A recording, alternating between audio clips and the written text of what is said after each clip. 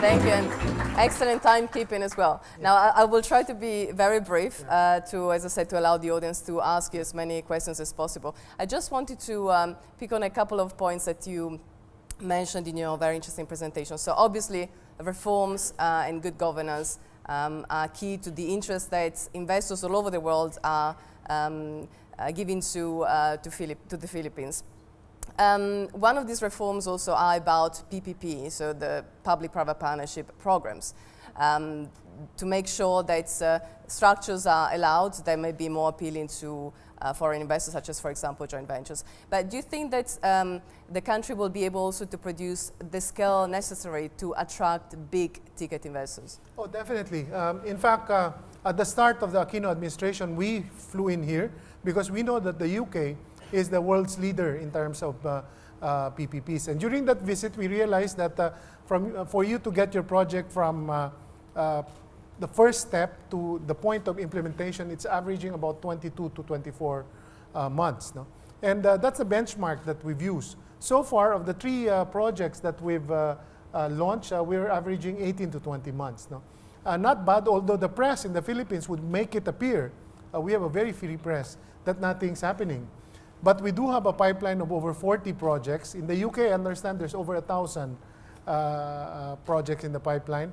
We do have 7 that we're bidding out, and this ranges from social infrastructure to economic infrastructure.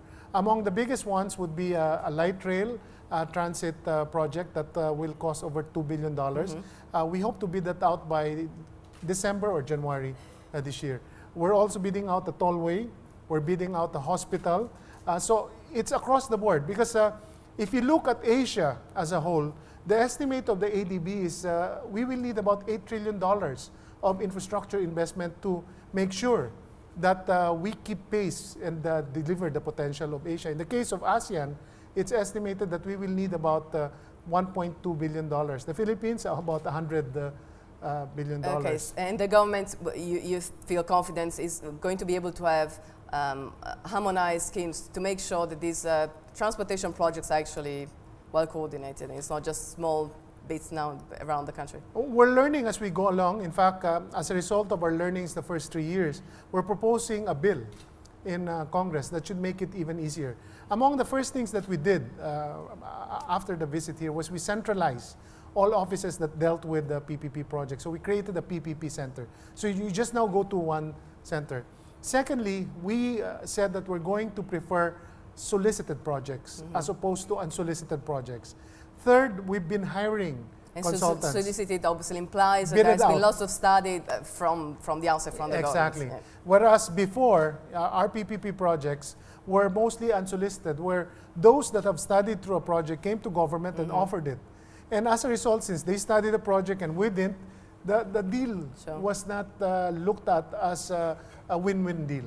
So one of the things we've been doing was we brought in the best consultants around the world to advise us, especially in structuring the deal and managing the sharing of the risk between the private and the public sector.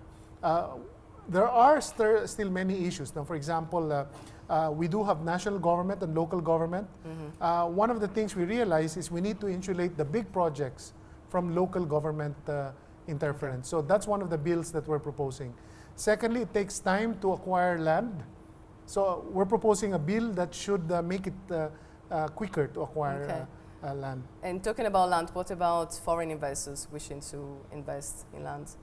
Well, as you know, in Asia, land is a very political asset. No? But for example, in China, foreigners cannot own land, but they can lease up to 99 years. In Singapore also, those of you who live in Singapore, you know that you cannot own land in Singapore unless you're a Singaporean citizen or a permanent resident. The best you can get is 99-year lease. In the Philippines, we do have up to 75-year lease. But there's one difference. That's why it works with them and not with us. In Singapore and China, you can negotiate the lease.